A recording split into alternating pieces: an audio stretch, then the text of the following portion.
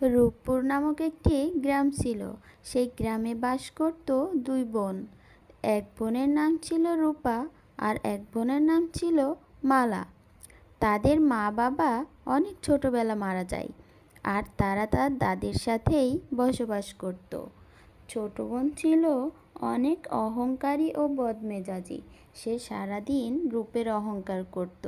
আর বড় বোন ছিল কালো, কিন্তু সে অনেক পরিশ্রমী আর ভালো মনের মানুষ।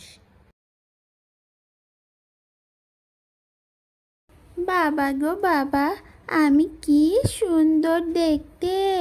আমাকে যে দেখে সেই তো পাগল হয়ে যায়। আর আমার বড় বোনটাকে দেখো, কালো বিচ্ছিরি, যে দেখে সেই ওকে দেখে ঘৃণা পায়। দাদি, তুমি ওর সাথে আমাকে খাবার খেতে কেন দাও বলো তো? আমার ওর সাথে খাবার খেতে একদম ভালো লাগে না। ওর চেহারাটা একবার দেখেছো? বোন, তুই আমার সাথে সবসময় এভাবে কথা কেন বলিস? আমার চেহারাটা খারাপ, আমি দেখতে বিচ্ছিরি। এটা কি আমার হাতে আছে? তুই বল তো। ওপরওয়ালা আমাকে যেমন বানিয়েছে আমি তো তেমনই হয়েছি। এই তুই চুপ থাক তো। তোর ওই জ্ঞানের কথা শুনতে আমার একদম ভাল লাগে না।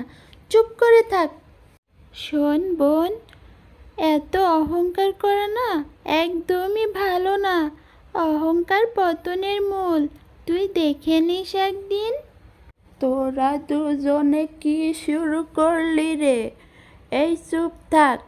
আর তোকেও বলি, তুই ওর সাথে কথা কেন বলতে যাস বল তো? সত্য কথা বললে সবারই গায়ে লাগে। তোর যে চেহারা, তাতে কে বিয়ে করবে তোকে বল তো? দাদি, শেষ পর্যন্ত তুমিও আমার সাথে এভাবে কথা বলছো? হে সৃষ্টিকর্তা, তুমি আমাকে এত বিশ্রী কেন বানিয়েছো? আমার যে ভালো লাগে না সবার কথা শুনতে। আর বাবা মা, তোমরাও আমাকে ছেড়ে কেন চলে গেলে? এই একা একা আমার একদম ভালো লাগে না। দাদি তো সবসময় রূপার দিকেই কথা বলে, আমাকে একটুও ভালোবাসে না।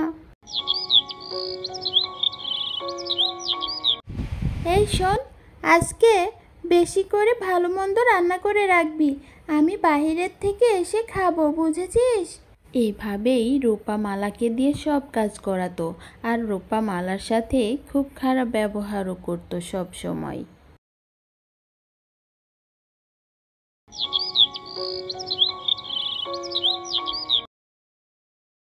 রূপা আমার ছোট বোন, অথচ ও আমার সাথে কি খারাপ ব্যবহার করে। আমার খুব কষ্ট হয়। আমি ওকে অনেক ভালোবাসি, এই জন্য আমি ওকে কিছু বলতেও পারি না। এসব কথা বলছিল আর মালা নদীর ধারে বসে কান্না করছিল। তখন নদীতে একটি জলপরী ওঠে আর মালাকে বলে, কে তুমি? এখানে বসে কান্না করছো কেন? তোমার দুঃখের কথা আমাকে বলতে পারো। এরপর মালা জলপরীকে তার মনের দুঃখের কথা সব কিছু খুলে বলে। আর জলপরী শুনে বলে, তোমার কথা শুনে আমারও খুব কষ্ট লাগলো। তুমি যদি চাও, আজ থেকে আমরা বন্ধু হতে পারি। আমার সাথে তো কেউ বন্ধুত্ব করে না, কারণ আমি দেখতে যে খুব বিচ্ছিরি। তুমি বন্ধুত্ব করবে সত্যি? হ্যাঁ, আমি অবশ্যই তোমার সাথে বন্ধুত্ব করব। আর আজ থেকে তুমি আমার বন্ধু। তোমার কোনো কষ্ট আমি পেতে দেব না। এই নাও, এটা জাদুর একটি লাঠি। এটা নিয়ে তুমি যা বলবে, এটা তাই করবে। বন্ধু, এই লাঠি নিয়ে আমি সবার আগে সুন্দর হতে চাই, কারণ আমার এই কুৎসিত চেহারা নিয়ে সবাই এত বাজে আচরণ করে আমার সাথে। আমি এই চেহারাটাকে আর চাই না।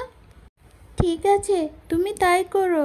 আর যখনই তোমার আমার কথা মনে পড়ে, এই নদীর ধারে এসে আমাকে স্মরণ করো। আমি তোমার সাথে দেখা করব। এই জাদু লাঠি আমাকে সুন্দর বানিয়ে দাও। এরপর মালা অনেক সুন্দর হয়ে যায়। কি রে, তুই এত সুন্দর হয়ে গেলি কি করে? তুই না দেখতে কত বিচ্ছিরি ছিলি। এরপর রূপা চুপি চুপি মালার ঘরে যেয়ে সেই কাঠি নিয়ে বলতে থাকে, এই জাদুর কাঠি, তুই আমাকে সুন্দর বানিয়ে দে, দে বলছি, তাড়াতাড়ি। আরে আরে, এ কি, আমি দেখতে এত বিচ্ছিরি কালো হয়ে গেলাম কি করে? দাদি, দাদি তুমি কোথায় গেলে? তাড়াতাড়ি এদিকে আসো না। এটা তোর কি হয়েছে রে রূপা? তুই এত কালো হয়ে গেলি কি করে বল তো?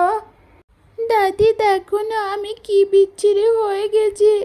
আমি তো ওর মতো বিচ্ছিরি হয়ে গেছি, আর ও কত সুন্দর হয়ে গেছে। শোন রূপা, আমি তোকে একদিন বলেছিলাম না, অহংকার করা ভালো না, অহংকার পতনের মূল। রূপ যৌবন বেশি দিনের জন্য হয় না, বুঝেছিস? একদিন সেটা নষ্ট হয়ে যায়, সেটা তুই কবে বুঝবি? আজকে দেখ তোর অহংকারের ফল কি হলো।